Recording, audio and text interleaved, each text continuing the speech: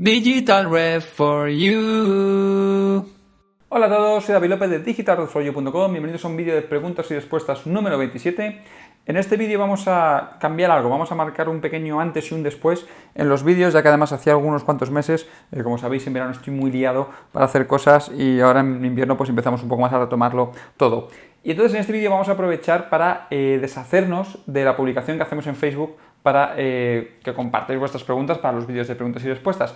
A partir de ahora, si tenéis alguna pregunta, alguna duda que queréis formularnos o formularme a través de estos vídeos, directamente lo podéis dejar como comentario en YouTube. No vamos a hacer ya más la publicación previa a través de Facebook de preguntas y respuestas. Así lo hacemos más ágil porque dejáis vuestra pregunta y cada vez que vaya a hacer el siguiente vídeo, pues directamente recurro ahí a los comentarios de YouTube y así no se nos pasan ninguna pregunta y ninguno de vosotros se queda con las ganas de preguntar nada. Tenemos unas cuantas preguntas y hoy he hecho una buena criba porque había muchas preguntas sobre qué cámara comprarme. Una de 3300, una Canon de no sé cuántos, una tal. Ya os lo he dicho muchas veces, yo no os puedo ayudar a decidir qué cámara tenéis que comprar. Depende de muchas cosas, depende de vuestro presupuesto, de cómo os gusta la cámara, qué tipo de fotografías queréis hacer, porque a lo mejor hay un modelo que tiene más ISO, pero en general es a lo mejor peor en otras condiciones que otra. Entonces es muy difícil que yo os recomiende qué cámara comprar y qué cámara os va a venir mejor. Eso lo debéis hacer vosotros. Tenéis mucha información en internet, en las páginas web de los fabricantes, podéis ver pues infinidad de cosas. Y si no, siempre os lo digo, ir a una tienda, coger las cámaras en la mano, comparad una con otra, miradlas, a ver cuál os gusta más, el menú de una, el menú de una, el menú de otra, así podéis comparar bien las cámaras, ¿vale? Y porque yo os diga tal cámara es mejor, no debería ser definitivo, no debería ser lo que os haga comprar o gastar vuestro dinero en una cámara o en otra, porque a lo mejor luego pues os decepciona porque hay algo que nos guste. Vamos con la primera pregunta, que es de Todoproductos AZ, y Juan nos pregunta sobre qué objetivo comprar dentro de los objetivos de la serie L de Canon, de los objetivos de Florita. Nos dice que es para hacer fotografías de retrato de moda y en exteriores. Pues Juan, decirte que si solo pudieras comprar un objetivo, te recomendaría un 70-200 2.8. Vas a encontrar varios, vas a encontrar el F4, que me parece que es muy poco luminoso y luego tenemos alguna pregunta sobre él. También vas a encontrar el 2.8, el 2 estabilizado, que es un objetivo que es realmente muy caro, sobre los 2.000 euros. ¿Te recomendaría este objetivo? Hombre, tampoco te diría que no, pero suele ser bastante caro. Así que creo que el 2.8 normal está a un buen precio y que en una cámara más o menos decente ya puedes subir el ISO bastante como para poder compensar pues que no tenga estabilizador de imagen y poder disparar a una velocidad más o menos rápida de un 250 a un 500 de segundo, más o menos. Minerva Talabán nos dice que quiere empezar un blog y un canal de YouTube relacionado con la fotografía, que si le daría algún consejo y programas buenos para la edición de vídeos. Pues Minerva, programas buenos para la edición de vídeo, yo ahora últimamente últimamente desde hace más o menos un año, año y medio, estoy utilizando Premiere y la verdad es que es el mejor programa con el que he editado los vídeos. Es cierto que no es seguramente el programa más fácil, tiene software que es mucho más visual o mucho más gráfico, mucho más sencillo de utilizar, como por ejemplo eMovie o lo que sería lo mismo Final Cut X. Antes no era lo mismo, pero hoy en día te diría que Final Cut se ha amateurizado mucho, si existe esa palabra, si no me la invento, y se ha convertido realmente como en una versión un poquito más amplia que el eMovie. Así que bueno, Final Cut X es una opción que está más o menos bien. Luego también tienes otras opciones como Sony Vegas y demás, pero yo personalmente no las conozco, ¿vale? Pero seguramente cuando estés montando con Final Cut, cuando pase algún tiempo, seguramente acabarás intentando o queriendo montar en otra aplicación que sea un poquito más potente y que te permita hacer otro tipo de cosas, como por ejemplo puede ser Premiere en este caso. Ya te digo que yo estoy muy contento con él. Consejos sobre el canal, pues que te lo estructures bien desde un principio. Un canal, un blog no es nada sin contenido, hay que ser muy constante. Esto es lo difícil, ser muy constante. Yo es cierto que a veces peco de falta de tiempo y que a veces dejo las cosas un poco de lado, pero siempre intento volver a ellas. Hay un montón de canales, de blogs, de historias que empiezan y que al cabo de pocos meses se quedan ahí. Yo con esta historia de digitalredforyou.com llevo ya 4 años, vamos a hacer 5 el año que viene. Y la verdad es que durante estos 5 años ha habido de todo. He tenido otros trabajos, he dejado los trabajos, me he mudado varias veces y todo eso al fin y al cabo te afecta en el tiempo y te va quitando tiempo. Pero tienes que conseguir que todo eso dé igual y seguir sacando tiempo donde puedas para seguir pues actualizando al fin y al cabo el blog sobre todo, y para el canal de YouTube pues lo mismo. Para el canal de YouTube te diría que es más organizarte muy bien lo que quieres hacer y planificarte muy bien los vídeos que quieres hacer, cómo los quieres hacer y que más o menos tengan pues un mismo aspecto desde el principio, ¿vale? Que estén bien iluminados, que sea en un lugar de casa que tal. Esto yo no lo he hecho. Esto yo, si ves vídeos del principio, es un auténtico caos. Están fatal iluminados, con poca luz, con mucho ruido, unos en un lado de casa, otros en otro, otros en tal. Así que te recomendaría eso, que primero te lo organices bien y una vez que tengas todo muy bien programado y muy bien preparado, te eches a ello con el canal. La siguiente es de Jimmy Gutiérrez y Jimmy nos pregunta por dos cosas. Una, el subir la sensibilidad ISO en las cámaras Nikon APS-C con un 28-75-2.8 en fotografía de bodas, en fotografía de matrimonios. Pues Jimmy, te diría que no me dices el modelo de cámara, me dices el objetivo, que realmente da más o menos igual a la hora del tema del ruido y eso, pero bueno, en la cámara decirte que si tienes una Nikon APS-C, intentaría no subir más el ISO si es muy o es muy antigua o es muy bajita de gama, más si es muy antigua, no intentaría subir más de un 800 ISO aproximadamente, ¿vale? Pasar a ISOs 1600 si tienes una cámara muy reciente, de este año, del año anterior, o de un par de años, véase una de 3300, una 5300, una 5500, incluso una 3200 habría que verlo, no estoy ahora muy seguro del ruido que da. En cuanto al tema de los objetivos, también nos pregunta si un 18-55 es una óptica para ir a hacer un reportaje o para utilizar en fotografía de bodas. Pues no, realmente yo te diría que no. Por dos cosas. Una, es un objetivo muy poco luminoso. Es un 3,5 en angular, pero es un 5,6 en 50 milímetros. Es una óptica muy mala, muy poco luminosa. Vas a necesitar subir mucho el ISO, entonces vas a tener mucho ruido y no vas a obtener unas buenas fotografías. Y luego, aparte, si quieres dar un aspecto profesional, es una óptica que no puedes llevar el mismo objetivo o peor objetivo que muchos de los invitados que vayan a la boda. Muchos te dirán, oye, pero es que eso no tiene nada que ver para hacer buenas fotografías. No hace falta tener un gran objetivo de 2.000 euros para hacer buenas fotos. No, claro que no hace falta. Pero sí que tienes que dar un aspecto profesional. Y cuando la gente te vea, cuando la gente te contrate, de una boda sale otra boda. Y tener un buen equipo, aparte de que te permitirá pues, hacer fotos en peores condiciones de luz, ISOs más altos, mayor tamaño de archivo, mayor calidad de imagen, mayor velocidad de ráfaga, lo que sea que por lo que te decidas por un cuerpo más profesional, pero importa mucho también lo que la gente ve y cómo la gente ve cómo hace su trabajo. Y realmente un 18-50 no es una óptica para trabajar, o yo no creo que sea una óptica como para trabajar, ¿vale? Así que yo no te recomendaría esa óptica. Te recomendaría ópticas, incluso ópticas fijas, incluso a lo mejor un Tamron 17-50, que ya es un 2.8, que es más luminoso, que te va a permitir no depender tanto de subir mucho la sensibilidad ISO y de tener mucho ruido en las fotos. La siguiente pregunta es de Marcos Valero y nos habla sobre el enfoque de la Nikon D5100. Nos dice que suele hacer fotos en condiciones de poca luz y que le cuesta mucho enfocar, que la cámara enfoque y que hay incluso veces que la gente se cansa de esperar a la hora pues, de hacer una fotografía de retrato. ¿Qué recomendación te puedo dar? Pues Marcos, ¿qué recomendación te puedo dar? Pues simplemente puedes utilizar ayudas de luces de enfoque, por ejemplo, un pequeño foquito LED encima de la cámara. Se te va a meter en la fotografía, pero bueno, te permitirá o te ayudará a enfocar. Y también lo que puedes hacer son utilizar accesorios, como por ejemplo estos, que son disparadores remotos, en este caso, por ejemplo, de flash. Si a esto no le monto un flash, es decir, no pongo un receptor, lo que va a hacer es simplemente pues no hacer nada. Va a intentar disparar algo que haya en otro lado, pero como no lo hay, pues no lo disparará. Pero lo bueno que tiene es que muchos de estos disparadores incluyen una luz de apoyo del enfoque, incluyen un pequeño láser que imprime un patrón sobre el sujeto. Entonces esto permite que la cámara enfoque. Eso también lo hacen algunos flashes. Si el tipo de fotografías que haces la haces sin flash, pues utilizar por ejemplo un accesorio como este te vendrá bien. Si la haces con flash, busca un flash que tenga ayuda de enfoque, porque en ese caso sí que te va a imprimir o te va a proyectar, mejor dicho, un patrón sobre el sujeto y va a ayudar a la cámara a que pueda enfocar bien. La siguiente pregunta es de Monfort Fotografía y nos cuenta que tiene una Panasonic FZ200 y que se quiere comprar un flash. Nos dice que está pensando también en comprarse un disparador remoto y que bueno, que no tiene muy claro o no me queda a mí muy clara la pregunta por cómo la has redactado, que si quieres comprarte un flash con TTL, sin TTL, disparadores con TTL, etc. Bueno, decirte que Panasonic tiene una zapata normal, entonces tienes infinidad de flashes manuales. Un flash manual solo tiene el punto central de disparo, no tiene comunicación con la cámara, así que va a disparar cualquier flash de estos.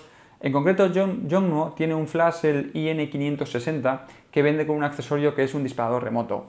Eso se pone en la cámara del disparador y el flash tiene integrado en sí mismo lo que es el receptor del flash, así que puedes utilizar el flash externo a la cámara. Si quitas ese disparador y pones el flash, también lo podrás seguir utilizando porque es un flash completamente manual, ¿vale? Así que creo que es una buena opción para la cámara que me cuentas y está dentro de un precio bastante comedido.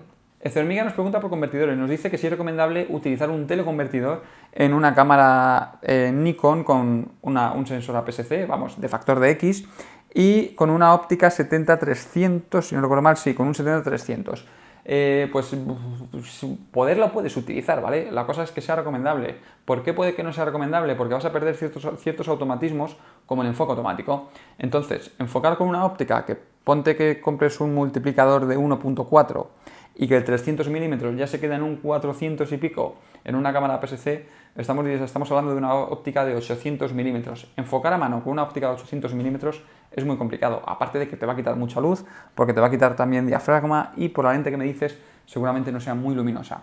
Así que sí, lo puedes utilizar, pero no creo que sea recomendable, ¿vale? Te recomendaría antes, pues o bien adquirir una óptica más larga, un 150-500, o un 200-500 o algo así, que va a tener un factor de conversión de 1,6 también y que se va a convertir pues en casi un 800 milímetros, ¿vale? Y no vas a perder esos automatismos.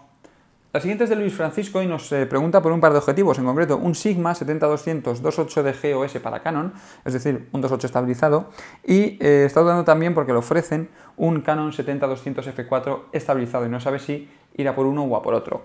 Pues Luis Francisco, yo te recomendaría sinceramente el Sigma. ¿Por qué? Porque el Canon me parece muy poco luminoso, es un f4 y bien está estabilizado, pero hay situaciones en las que el estabilizador te va a estabilizar a ti, bueno, siempre te va a estabilizar a ti, pero no va a estabilizar al sujeto al que estás fotografiando. Entonces, imaginemos que estás haciendo unas fotografías de baile en unas condiciones no muy buenas de luz y dices, bueno, pues voy a tirar del estabilizador, te va a estabilizar tu pulso, pero el movimiento de la persona que está bailando no la va a estabilizar. Así que te recomiendo una óptica que sea un poquito más luminosa. Ese 2.8 te va a dar un poquito más, pero ese poquito más te puede ser la diferencia en salvar una foto o no salvarla. Luego, aparte de esto, pues tienes que ver el tamaño, pesos y demás, pero bueno, me parece que sin duda, si están igual de precio, yo a lo mejor me lo pensaría un poco, pero si no haces fotografías con mucha luz, si haces fotografía, por ejemplo, de paisaje, siempre de día, con condiciones muy buenas de luz, bueno, el Canon puede servir, pero si quieres un objetivo versátil que te sirva para el interior, para el exterior, para diferentes condiciones de luz, sin duda que yo me iría al Sigma casi sin pensarlo. SMML nos dice que está pensando en comprar un ordenador portátil para utilizar para fotografía y para vídeo. ¿Qué le recomiendo? Pues bueno, yo es que ¿qué te voy a recomendar? Pues es que yo tengo casi todos los cacharros, los tengo por desgracia, por fortuna de Apple. Y pues yo te recomendaría un ordenador, un MacBook Pro, por ejemplo, que son bastante potentes para esto. Pero entiendo que son realmente muy caros, así que te recomendaría un ordenador que tuviera un buen procesador, que tuviera no tanto una buena tarjeta gráfica, aunque para determinadas cosas te puede venir bien. Por ejemplo, las últimas versiones de Lightroom utiliza la tarjeta gráfica para trabajar con los RAW, así que tampoco tengo una muy mala tarjeta gráfica, eso sí, que tenga mucha memoria RAM. También cosas importantes, que el disco duro sea SSD, que acelera mucho los ordenadores, pues como te he dicho, la RAM que mínimo tenga 8 GB de memoria RAM y procesadores, pues como mínimo un i5, ¿vale? Un i5, un i7 sería la mejor opción. Yo ya te digo que te recomendaría herramientas como por ejemplo de Apple, pero sí que es cierto que son muy caras y hay otros fabricantes en el mercado pues que tienen máquinas realmente muy interesantes, ¿vale? Y pues no sé, procesadores i5, 8 GB de RAM, disco duro SSD y una tarjeta gráfica que no esté mal, ¿vale? Que sea más o menos decente, pero tampoco tiene que ser un ordenador para jugar, ¿vale? Porque realmente en fotografía no le vas a sacar todo el partido a la tarjeta gráfica y para vídeo, pues no estoy yo muy puesto en vídeo, pero seguramente que no, ¿vale? Que tires más de procesador y de memoria RAM que de tarjeta gráfica. Rey Brena nos pregunta sobre la fotografía de bodas y nos dice que cuántas fotos suele llevar un álbum de bodas, que cómo se organiza, de manera cronológica o las familias se ponen siempre al final, en color por un lado y blanco y negro por otro. Muchas gracias. Pues lo que tú quieras hacer, Rey, al fin y al cabo, yo no te voy a decir, oye, pues tienes que hacer esto, tienes que hacer esto, tienes que hacer esto y tienes que hacer esto. Tienes que buscar tu camino y guiar tu camino en función a lo que tú quieras hacer. Si a ti te parece bien poner, por ejemplo, el empezar por lo último y terminar por lo primero, o poner todas las familias al final, o poner por un lado el color o por otro lado el blanco y negro, eso es tu camino, tú vas a decidir tu camino, es tu trabajo, tú vas a vender tu trabajo. Yo no puedo decirte qué trabajo tienes que hacer y que luego vendas un trabajo en el que a lo mejor no crees, o que simplemente hago ese trabajo porque alguien me ha dicho que lo haga así. Tú deberías planteártelo y decir, oye, yo quiero hacer ese trabajo, a mí me gusta esta manera de hacer mi trabajo, y luego el cliente que compre ese trabajo, porque le gusta lo que haces. Le gusta que un fotógrafo, en vez de poner el libro de una forma cronológica, ponga todo mezclado. O que en vez de poner mezcladas fotos de blanco y negro y color, pues las ponga por separado, pongas una en color y otra en blanco y negro en extremos opuestos del libro. Al fin y al cabo eres tú quien tiene que decidir esto porque es tu trabajo, ¿vale? Yo no puedo decirte, oye, pues mira, yo te podría decir, yo hago esto, hago esto, hago esto, hago esto, pero el resultado de que yo haga lo que hago es la evolución de muchos años, ¿vale? Es lo que he ido aprendiendo con el tiempo y eso cada uno tenéis que aprender pues con el tiempo lo que funciona, lo que no funciona para vuestros clientes. A lo mejor el perfil de tu cliente le encanta que le des una foto al principio y otra al final porque una es en blanco y negro y otra en color, o a lo mejor no, a lo mejor las quieres las dos en la misma página. Eso ya depende del trabajo que hagas, a quién se lo quieras vender, cómo lo quieras dirigir, hacer, etcétera, etcétera, etcétera. Fernando me pregunta por Yongnuo y sobre los objetivos que sacó hace poco, el 35 mm f2 y el 50-1.8. Nos dice que si creo que Yongnuo tiene futuro en la fabricación de ópticas, habiéndose lanzado a fabricarlas o hacer ópticas de una calidad tan pobre, de una calidad tan mala. Pues Fernando, sí, claro que tiene futuro. Yongnuo, solo tienes que ver el precio que tiene el 50 mm 1.8, que creo que costaba 60 y tantos euros. Es cierto que la óptica de Canon vale 90 y tantos, que son 30 euros, pero es un 30% menos que la óptica de Canon. Yongnuo no puede lanzarse ahora a fabricar óptica profesional. No puede decir, pues te voy a sacar un 24-70-2.8 estabilizado. ¿Por qué? Porque uno, ¿sabrán hacerlo? Sí, puede que sepan hacerlo, pero ¿por qué precio lo van a hacer? ¿Por un 30% menos de lo que puede costar una óptica de Canon? Bien, 30% menos de lo que cuesta Canon, ¿qué lo van a intentar vender? ¿Por 800 euros? ¿Quién va a comprar una óptica Yongnuo que viene de no hacer ninguna óptica por ese precio? Empezarán por lo más sencillo, por ópticas muy malas, todo de plástico, como este 35, como este 50, pero que al fin y al cabo son ópticas muy de tiroteo, que es para un cliente muy amateur, que no le preocupa tanto la calidad, sino que le preocupa mucho más el precio, y hacerse con un equipo más o menos decente por no mucha cantidad de precio, sobre todo con ópticas muy luminosas. Una óptica de 1.8 por 60 euros, sin duda que se va a vender, ¿vale? Y un 35 que se convierte en APS-C en un 50 mm de f2, también se va a vender por el precio muy comedido que tiene, así que sin duda que sí que tiene futuro. Ahora, ¿que tenga futuro fabricando ópticas profesionales? Pues no creo. Veremos de todas maneras con el tiempo. Sanjam al principio, pues oye, pues Sanjam es que hace unos objetivos muy malillos, dirigidos muy en tema de vídeo y tal, pero poco a poco fueron ampliando su catálogo y poco a poco va haciendo cosas que tienen una calidad mayor. Y veremos si finalmente pues marcas como Yongnuo acaban arriba del todo junto a otras marcas. Eso sí, haciendo un producto diferente. O sea, Yongnuo no puede vivir siempre de clonar ópticas, no puede hacer un 24-70, como te he dicho antes, 2.8, que sea un clon del Canon o del Nikon. No, tendrán que hacer pues sus cositas, irse a otras distancias focales, a otras luminosidades, a otro tipo de ópticas dirigidas pues a lo mejor más a vídeo, como hace Sanjam, etc.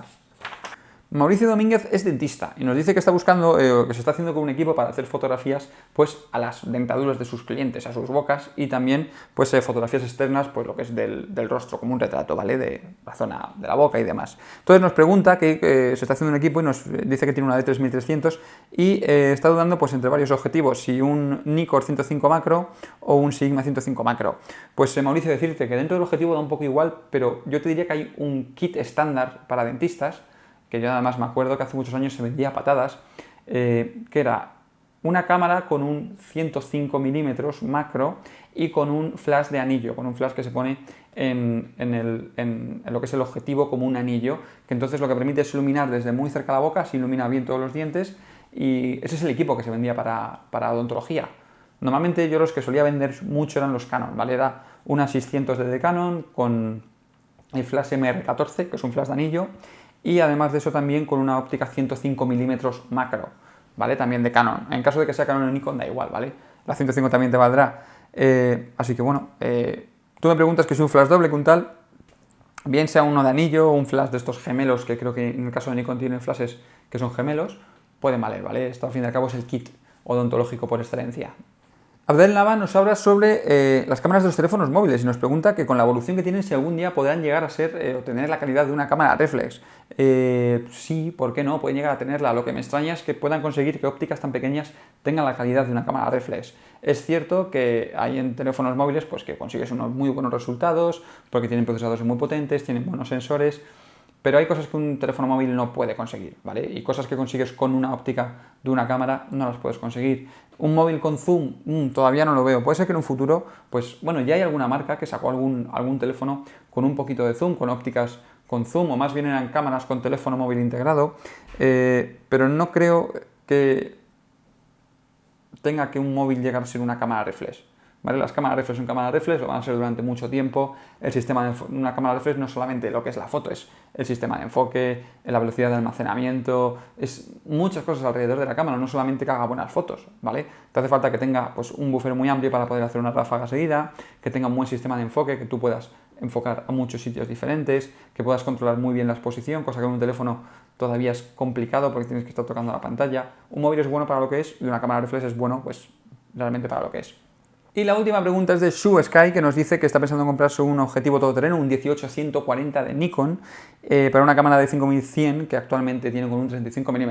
Pues ¿por qué no? Vale, es un buen objetivo, un 18-140, no es excesivamente largo, pero con el factor de conversión te quedas en un 28-200 más o menos, no está mal. Lo que vas a echar en falta es la luminosidad de 35 mm, porque seguramente sea un 1.8 o un 2.8 o algo así, y te va a ser un objetivo que llega a ser un 5.6. ¿Vale? Que es la mitad de luminoso.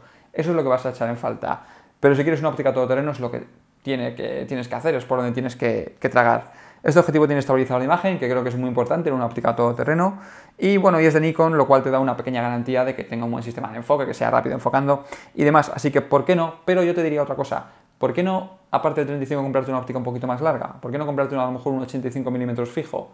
Es cierto que es más incómodo, porque tienes que estar cambiando de objetivo, pero vas a ganar luminosidad, vas a tener una óptica mucho más luminosa y a lo mejor eso te da juego en algunas ocasiones, pero bueno, al fin y al cabo eres tú quien va a hacer las fotos, quien está buscando una óptica, y si buscas una óptica que sea muy todoterreno, que puedas cambiar la distancia focal fácilmente y eso, pues sin duda que es una buena opción el 18-140, como lo sería un 18-270 de Tamron, como lo sería, no sé si lo habrán sacado ya, ahí también 17-200 y pico, también estaba a punto de lanzar Tamron y también los tienes equivalentes en Sigma, 18-200, 250, etcétera, etcétera.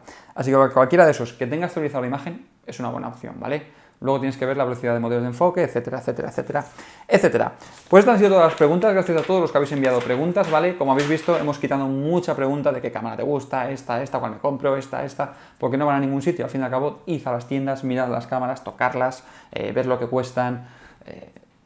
Tenéis que decidirlo vosotros. Yo no os puedo decir a por esta, porque si luego no os gusta, ¿qué hago? ¿La pago yo? No. Gracias a todos por haber visto el vídeo, deciros que os podéis suscribir aquí abajo en el canal de YouTube, también seguirnos en el blog, en digital. Ahí lo tenemos en digitalrefoyu.com y en redes sociales Facebook y Twitter. Soy David López para digitalrefoyu.com. Hasta la vista.